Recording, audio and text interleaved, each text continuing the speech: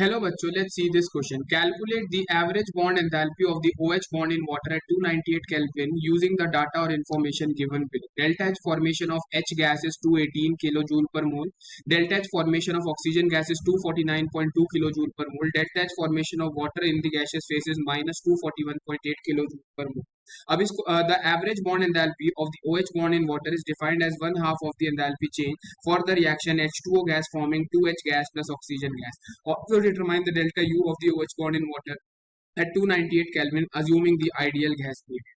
अब इस क्वेश्चन को समझने के लिए हमें सबसे पहले कुछ की कॉन्सेप्ट्स के ऊपर यहाँ पे ध्यान देना।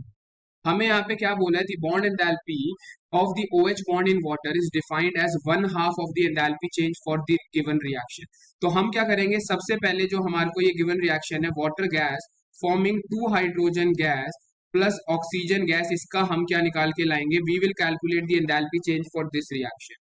ठीक है, तो अगर मुझे इसका एंथैल्पी चेंज, अगर इस रिएक्शन का एंथैल्पी चेंज क्या हो जाएगा, it will be equal to twice the delta H formation of hydrogen atom plus the delta H formation of oxygen atom minus the delta H formation of water molecule। ठीक है, तो अगर मैं यहाँ पे सारी वैल्यूज को सब्स्टिट्यूट करता हूँ, ट्वाइस ऑफ हमारे हाइड्रोजन एटम का कितना है 218 प्लस ऑक्सीजन की 249.2 minus of 241.8 kilo joule per मोल।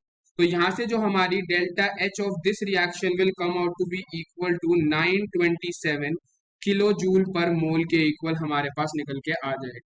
लेकिन हमें क्वेश्चन में क्या पूछा, we have to calculate the average bond enthalpy of the OH bond, क्योंकि हमें पता है वाटर मॉलिक्यूल के अंदर कितने OH बॉन्ड होते हैं, 2 OH बॉन्ड होते हैं। तो यानी the delta H average bond enthalpy of the OH bond will be the delta H enthalpy of the reaction divided by 2। यानी हमारी वो कितनी आई है 927 डिवाइडेड बाय 2 अगर मैं करता हूं तो हमारा आंसर आ जाएगा 463.5 kilo joule per mole will be the enthalpy average enthalpy of the OH bond.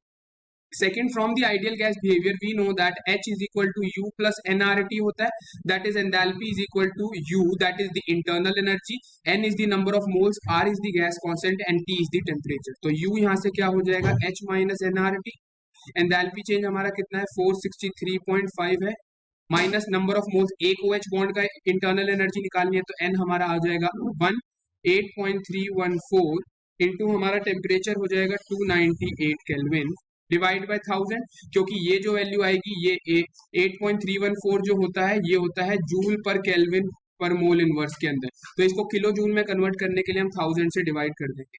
तो यहाँ से इंटरनल एनर्जी जो आ जाएगी वो आ जाएगी 461 kilo joule per mole.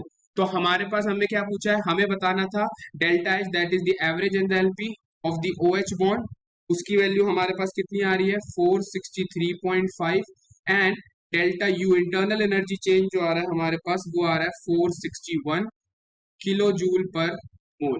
I hope you understood it well. All the best, thank you.